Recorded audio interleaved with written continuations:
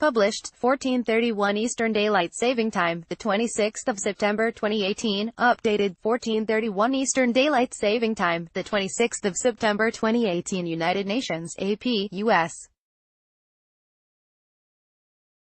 Secretary of State Mike Pompeo will travel to North Korea next month to prepare for a second summit between leader Kim Jong-un and President Donald Trump meant to jumpstart stalled efforts to rid the North of its nuclear bombs, the State Department said Wednesday.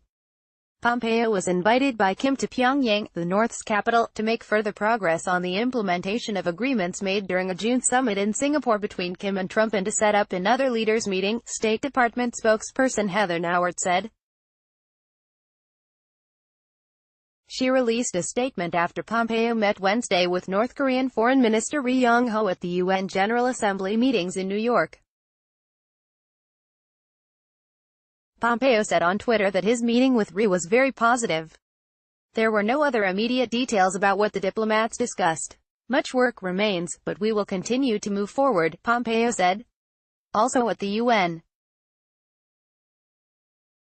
session, South Korean President Moon Jae-in said high-level diplomacy has removed the shadow of war that hung over the Korean peninsula last year as Kim and Trump threatened each other with destruction during a series of increasingly powerful North Korean weapons tests. Experts believe those tests put the North close to being able to accurately target anywhere on the U.S. mainland. South Korea's President Moon Jae-in arrives to address the 73rd session of the United Nations General Assembly, at UN headquarters, Wednesday, September 26, 2018. AP photo, Richard Drew. Over the past year, something miraculous has taken place on the Korean peninsula, Moon said in an address to world leaders. We have crossed the barriers of division and are tearing down the walls in our heart. Moon met last week with Kim in Pyongyang and has been the leading force behind the summitry. He and others hope another Trump-Kim summit will ease widespread skepticism that Kim will actually relinquish an arsenal that many believe is the only major guarantee of the North's continued authoritarian rule. Diplomacy has stalled following Kim's vague promise at the Singapore summit to work toward complete denuclearization of the Korean peninsula in exchange for U.S. security guarantees.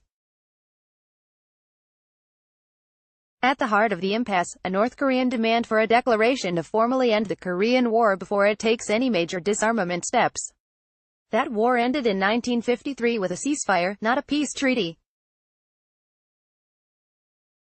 Washington, however, wants the North to first provide a list of the contents of its nuclear arsenal before agreeing to that war declaration, which could remove a big piece of diplomatic leverage over the North.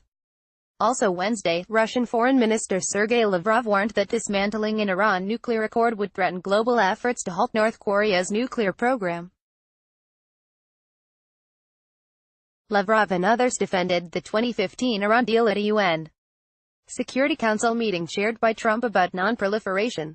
Trump pulled the U.S. out of the accord, arguing it wasn't tough enough on Iran, and is threatening new sanctions. Lavrov said dismantling the accord would be counterproductive for the efforts underway now to denuclearize the Korean peninsula. Follow Foster Klug on Twitter at @AppKlug. AP writer Angela Charlton contributed to this report from the United Nations. Sorry, we are not currently accepting comments on this article.